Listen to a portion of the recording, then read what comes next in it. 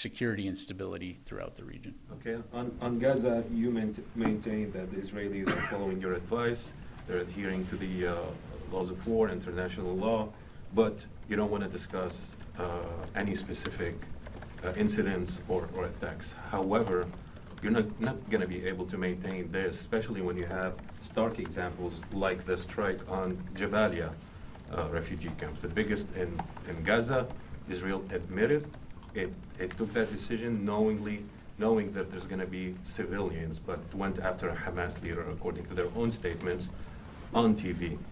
So how can you maintain they are following the laws of war and international humanitarian law when they're admitting something like this? Yeah, what I said, Fadi, is that we're having conversations with them about the importance of taking the law of war into account, and that they, in our discussions with them, we believe that they are taking it into account. But again, I'm not going to get into individual specific strikes, individual specific actions.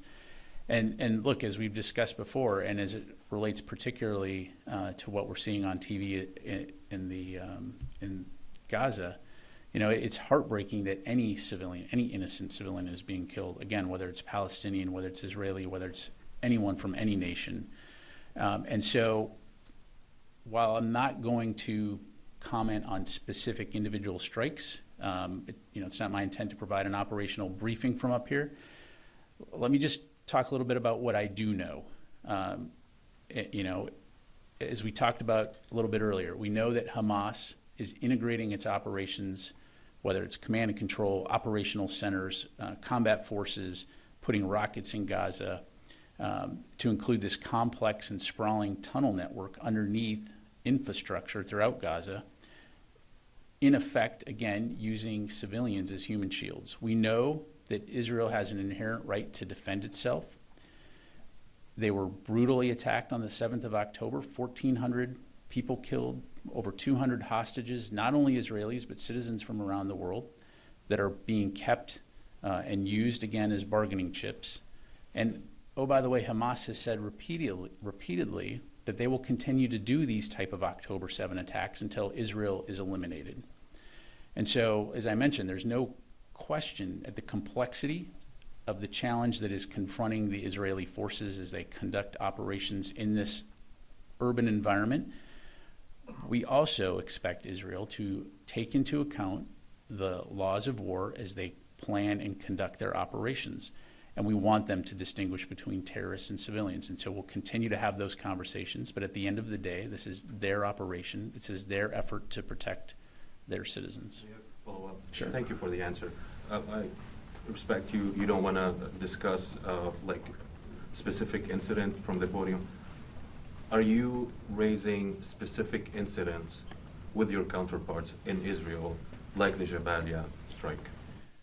Look, Fadi, we are, again, the Secretary and other DoD officials are daily having conversations with our Israeli counterparts about the situation in Israel, and again, the importance of protecting innocent lives and taking Palestinians and others into account as they conduct their operations.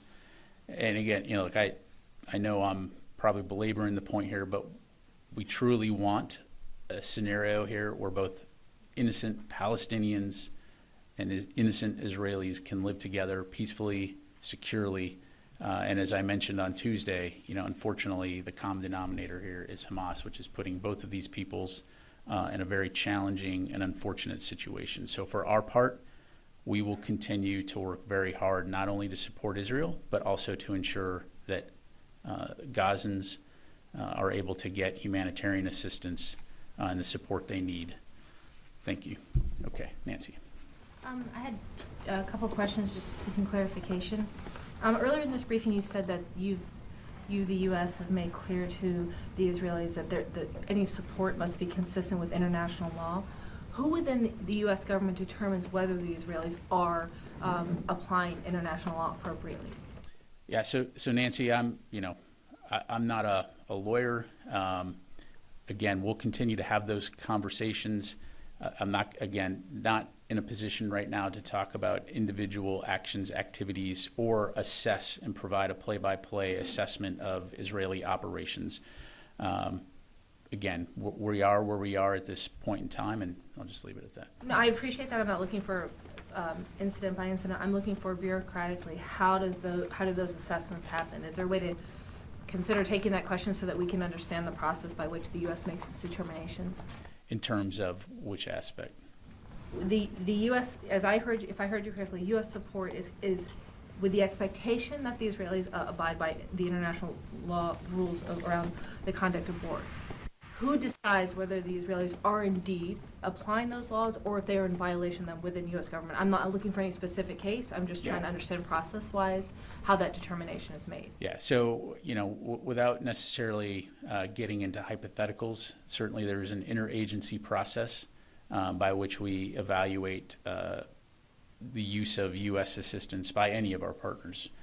And again, recognizing the complex nature of the situation on the ground in Gaza right now and what the Israelis are confronting in terms of an adversary whose stated objective is to eliminate Israel as a state. By the way, the laws of war that do highlight that if a non-military facility is now employed by military forces, it does become a legitimate target. Again, there will be constant discussions. I think, again, the focus right now is on ensuring that Israel has what it needs to defend its people, while at the same time ensuring that we can continue to make sure that innocent civilians in Gaza can get the aid that they need. So. Okay. And then